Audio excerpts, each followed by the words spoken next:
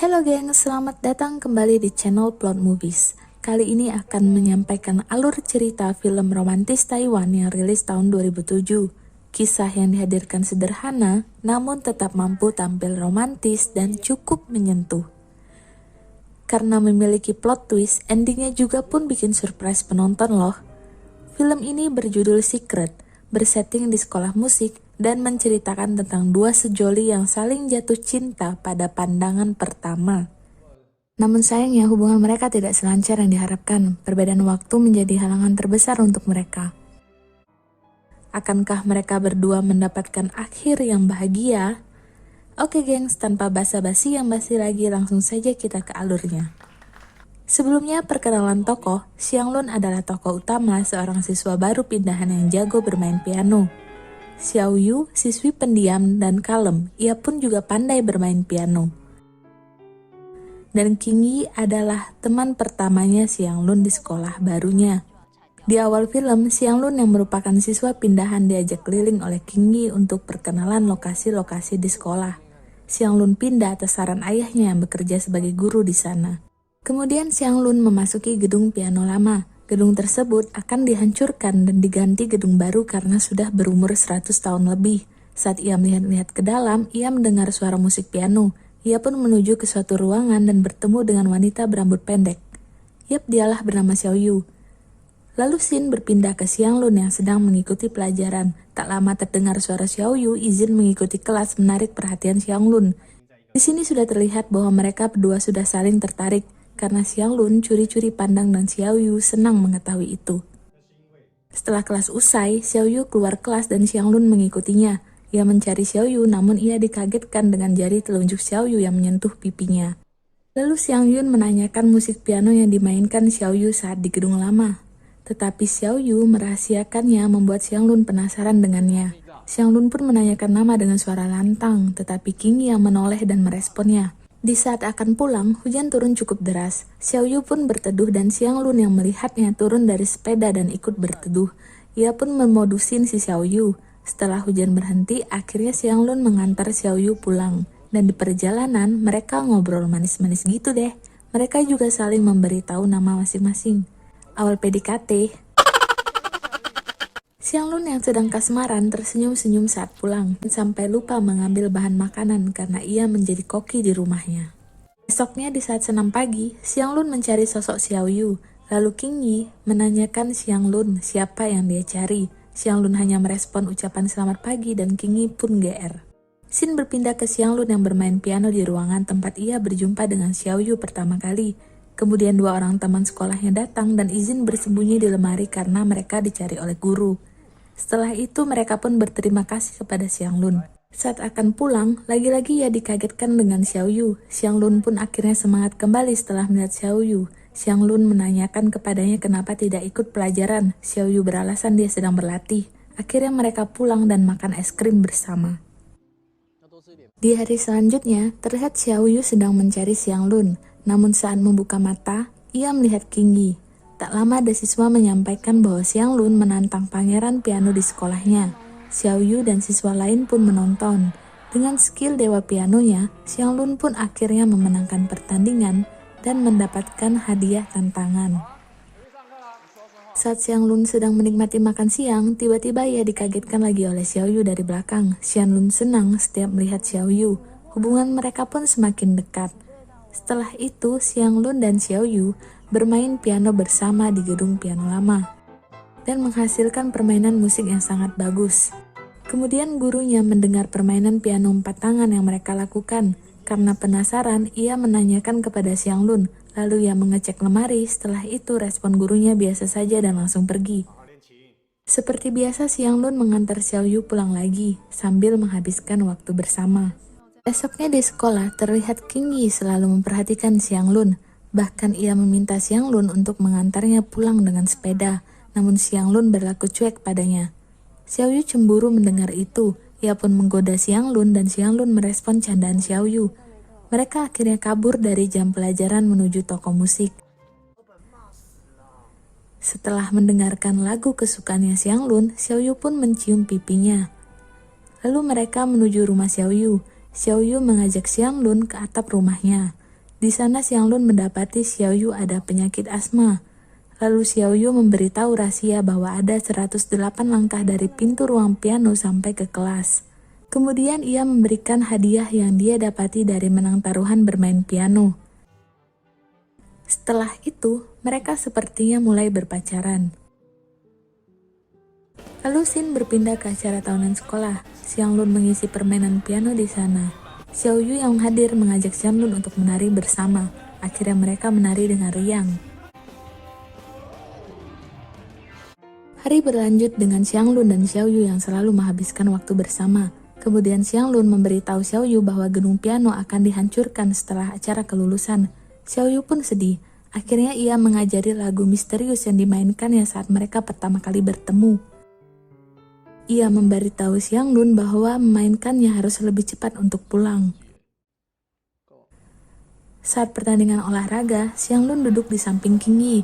Ia pun menggoda Xiaoyu yang melihatnya dari jauh agar cemburu. Lalu Xianglun mencari info makanan yang baik untuk penyakit asma. Ia mendapati apel baik untuk pernapasan. Kemudian ia menyiapkan apel dan menaruhnya di laci meja Xiaoyu. Xiaoyu pun mengetahui itu, namun ia masih cemburu dengan Qingyi. Xianglun menganggapnya bercanda, kemudian Xiaoyu pun pergi. Kemudian di jam pelajaran, Xianglun membuat pesan dengan kertas untuk mengajak Xiaoyu bertemu di gedung piano. Saat di ruangan tempat bertemu, Xianglun bermain piano sambil memejamkan mata. Terdengar ada yang masuk, ia pun memberikan kode agar mengkisnya. Sayangnya ternyata wanita itu bukan Xiaoyu, melainkan Qingyi. Xianglun pun kaget dan ia mendapati bahwa Xiaoyu melihat scene itu. Xianglun pun segera mencari Xiaoyu, tetapi tidak menemukannya. Setelah kejadian itu, Xiaoyu tidak pernah mengikuti pelajaran lagi. Xianglun terus menunggu Xiaoyu setiap hari, sampai akhirnya acara kelulusan tiba. Sebelum Xianglun memainkan piano di panggung, Qingyi meminjamkan gelangnya kepada Xianglun. Di pertengahan penampilan musik, akhirnya Xiaoyu tiba-tiba muncul. Xianglun menyadari kehadiran Xiaoyu. Lalu Xiaoyu melarikan diri, membuat Xianglun pun akhirnya menghentikan permainan pianonya dan mengejar Xiaoyu. Xiaoyu yang sedang menangis berhenti berlari dan langsung memeluk Xianglun. Mungkin karena kangen berat juga. Tak lama ayah Xianglun datang dan menyuruh ia untuk kembali ke aula. Xianglun pun memberitahu Xiaoyu untuk menunggunya di kelas. Setelah mengembalikan gelang kepada Qingyi, Xianglun menuju kelas untuk mencari Xiaoyu. Sayangnya, ia hanya bertemu kedua temannya. Lalu ia pun menanyakan kepada mereka, apakah mereka melihat wanita yang masuk ke kelas, wanita yang berdansa dengannya. Anehnya kedua temannya itu pun merespon dengan bingung dan mengatakan bahwa Xianglun berdansa sendirian pada saat itu. Di sini Xianglun sadar bahwa hanya dialah yang bisa melihat Xiaoyu. Xianglun pun bingung tentang sosok Xiaoyu. Ia sempat merasa bahwa Xiaoyu mungkin adalah hantu dan tidak nyata. Pantas saja saat ia memberikan surat, Qingyi lah yang datang masuk ke ruangan, bukannya Xiaoyu, karena surat itu tidak pernah sampai ke Xiaoyu.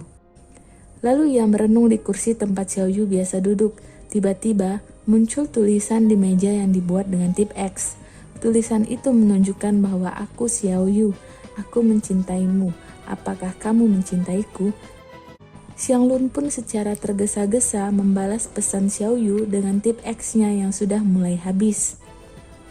Sayangnya, perasaan Xianglun tidak pernah tersampaikan. Kemudian Xianglun mendatangi rumah Xiaoyu, dan ibunya Xiaoyu membiarkan dia masuk untuk mengunjungi Xiaoyu. Namun, saat masuk ke kamarnya Xiaoyu, Xianglun mendapati bahwa Xiaoyu sudah tidak ada, dan lagu yang ia sukai menjadi favorit Xiaoyu yang selalu dimainkan. Ibunya Xiaoyu terkejut melihat gambar dari masa lalu yang dibuat Xiaoyu sama dengan wajah Xianglun. Di sini ibunya menyesal karena tidak percaya dengan Xiaoyu waktu dulu, dan ia pun memberikan foto Xiaoyu dengan ayah Xianglun. Setelah mendapati penjelasan dari ayahnya Xianglun sendiri, ia pun menyadari bahwa ternyata Xiaoyu berasal dari masa lalu. Saat itu Xiaoyu menemukan buku not berjudul Secret di bawah piano tua yang memberikan penjelasan saat memainkan lagunya akan terjadi perjalanan waktu. Dan jika ia ingin kembali, harus dengan nada yang lebih cepat. Xiaoyu pun mencobanya. Dan betul ia melakukan perjalanan waktu menuju 20 tahun ke depan. Disinilah saat ia bertemu pertama kali dengan Xianglun. Kemudian ia berkeliling dan menyadari tidak ada satupun orang yang bisa melihatnya, kecuali Xianglun. Makanya ia tidak pernah ditegur guru dan terlihat tidak punya teman karena tidak ada yang sadar akan keberadaannya kecuali orang yang pertama kali dia lihat saat ke masa depan. Xiaoyu ketagihan melintasi waktu untuk bertemu Xianglun. Ia mencari cara agar selalu bisa melihat Xianglun meskipun kadang tidak berhasil. Sampai akhirnya ia melihat kejadian Qing Yi yang mengkis Xianglun dan membuatnya salah paham. Xiaoyu pun memutuskan untuk tidak ke masa depan lagi dan menceritakan semuanya ke ayah Xianglun di masa lalu. Namun sayangnya, ayah Xianglun menganggap Xiaoyu berhayal dan sedang ada gangguan jiwa. Lalu ia memberitahu hal itu kepada ibunya Xiaoyu dan ketua kelas agar mereka lebih memperhatikan Xiaoyu. Bukannya mendapatkan perlakuan yang baik dari teman-temannya, malah mendapatkan ejekan. Ibunya pun memberikan obat untuk kejiwaan kepadanya. Xiaoyu pun merasa kecewa dengan guru dan ibunya. Setiap hari Xiaoyu selalu menyendiri dan merindukan Xianglun. Sampai di hari kelulusan tiba, ia sekali lagi mencoba mengunjungi Xianglun di masa depan. Itulah scene di mana saat Xianglun melihat Xiaoyu dari panggung. Xiaoyu tidak menunggunya di kelas, melainkan kembali ke masa lalu karena ia melihat gelang Qing Yi yang dipakai Xianglun. Intinya terjadi kesalahpahaman lagi, gengs, di sini. Ya, karena Xiaoyu belum percaya sepenuhnya dengan Xianglun dan ia takut sakit hati. Padahal sakit hatinya malah ia buat sendiri. Momen saat Xianglun melihat tulisan di meja, itulah saat terakhirnya Xiaoyu yang sedang berusaha menulis dengan tip X di mejanya. Karena ia tidak membawa obat asmanya, ia pun meninggal di dalam kelas di masa lalu. Makanya perasaan Xianglun saat itu tidak tersampaikan kepada Xiaoyu. Akhirnya Xianglun telah mengetahui kebenarannya. Ia pun bergegas menuju ke sekolah dan masuk ke dalam gedung piano secara diam-diam, karena gedung tersebut sedang proses penghancuran. Lalu Xianglun memainkan lagu misterius sesuai petunjuk Xiaoyu, menggunakan piano tua di ruangan tersebut. Akhirnya Xianglun berhasil memainkan lagu sampai selesai di detik Wrecking Ball menghancurkan ruangan. Xianglun berhasil melakukan perjalanan ke masa lalu, dan orang pertama yang dia lihat adalah Xiaoyu yang masih hidup. Dan film ditutup dengan Xiaoyu dan Xianglun sedang berfoto kelulusan bersama. Kalau dilihat dari akhir filmnya, film ini memiliki happy ending, karena untungnya saat kembali ke masa lalu, Xianglun bukan berada di masa Xiaoyu yang sudah meninggal, melainkan di masa lain, yaitu sebelum mereka bertemu. Jadinya hubungan mereka pun mulai dari awal kembali, dan akhirnya mereka pun saling jatuh cinta lagi.